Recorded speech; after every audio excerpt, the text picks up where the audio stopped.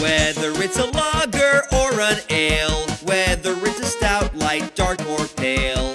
If you can brew it, Chad can review it. It's time for Chad's Beer Reviews. He's not quite an amateur, not quite a connoisseur, but regardless of the brewer, he's got taste in beer for sure. You can tell just by his gut, this guy is a bona fide beer nut. So whether it's a porter or an IPA, whether it's from Europe or the USA, if you can brew it, Chad can review it. It's time for Chad's Beer Reviews. Welcome to another episode of Chad's Beer Reviews.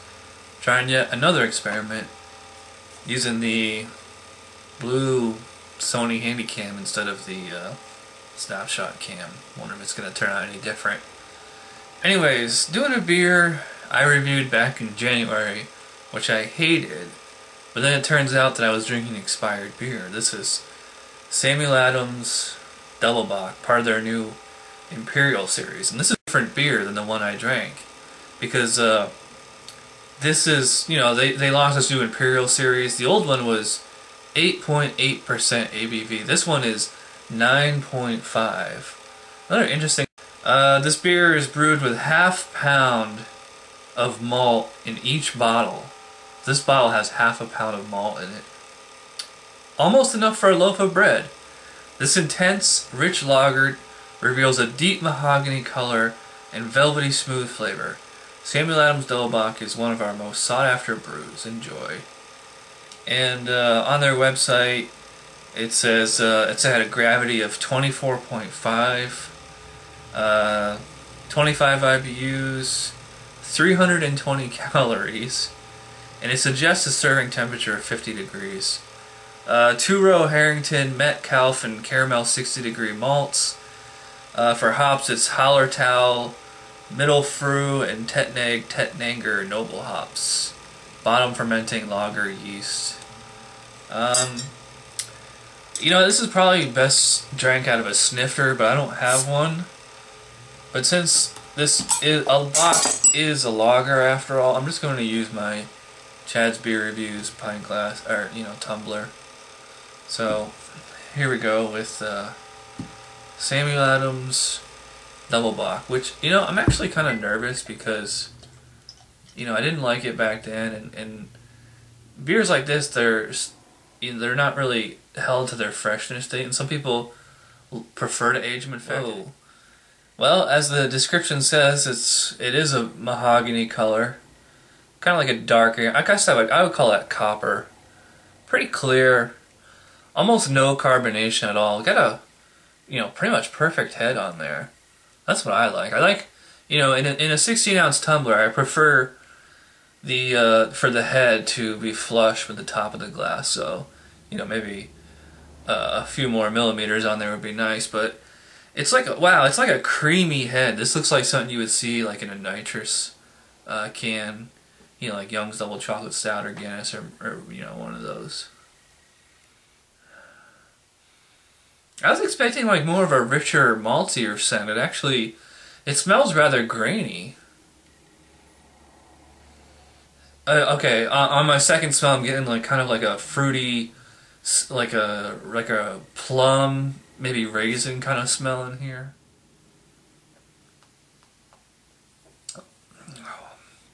Wow. It's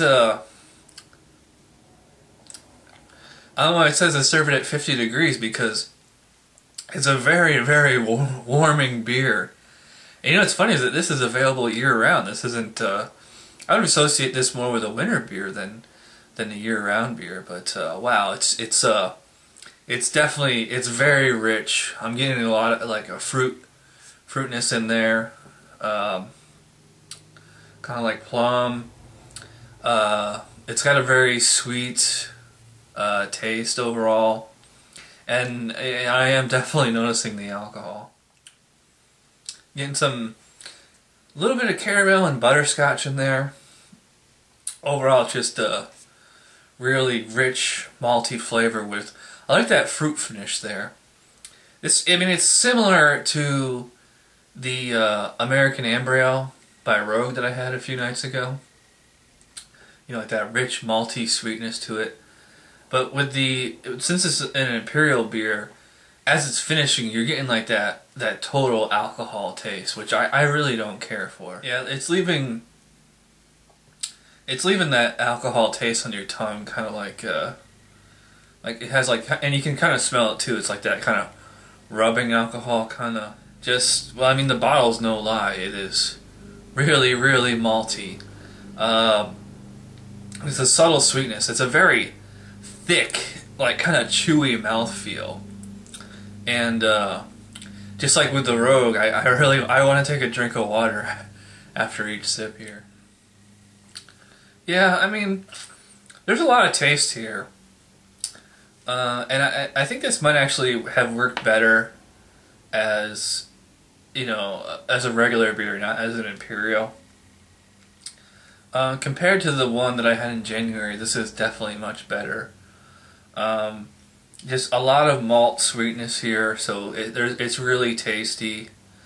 And I probably could go through a few bottles of these. But and you know, the taste is pretty good. I like that sweet. It's like malts plus like maybe plum and raisin and a little bit of caramel and butterscotch in there. It's not; those aren't the primary ingredients as you often get in some other beers. I like the mouthfeel on it. You know, really smooth. Ooh, lacing on the glass. I like it when you can see the individual for each swig. That's the sign of a good beer there.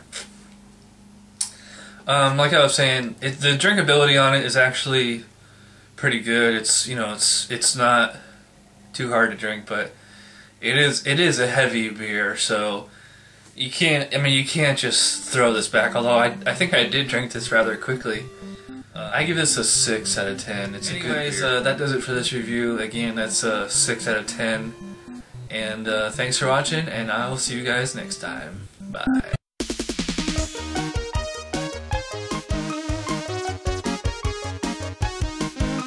Somebody brewed it, Chad just reviewed it. Thanks for watching Chad's Beer Review. Trust me, the next episode will be a lot better.